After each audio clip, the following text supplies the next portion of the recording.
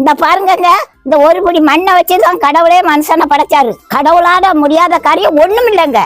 கடவுள் அதிசயத்தை செய்யறவருங்க. உங்க வியாதிய குணமாக்குது அவருக்கு லேசான காரியம். பூன்னு ஊதுனா உங்க கடன் பிரச்சனை தீர்ந்து போயிடும். அவரால் செய்ய முடியாத காரியம் ஒண்ணும் இல்லைங்க.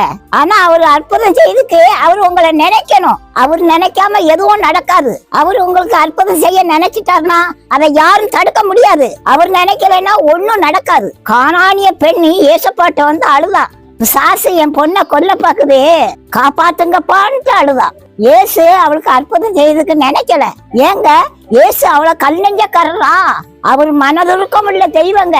இந்த கானானிய பெண் இருக்காளே, அவ எப்படிப்பட்டவான்னு தெரியுமா?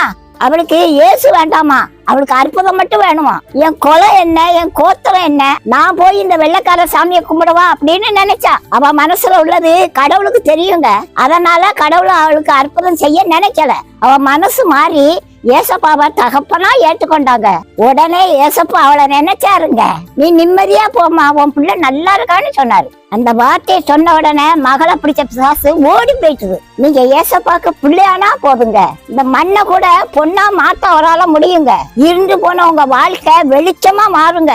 அவர் செய்ய நினைச்ச காரியம் தடபடாதுங்க.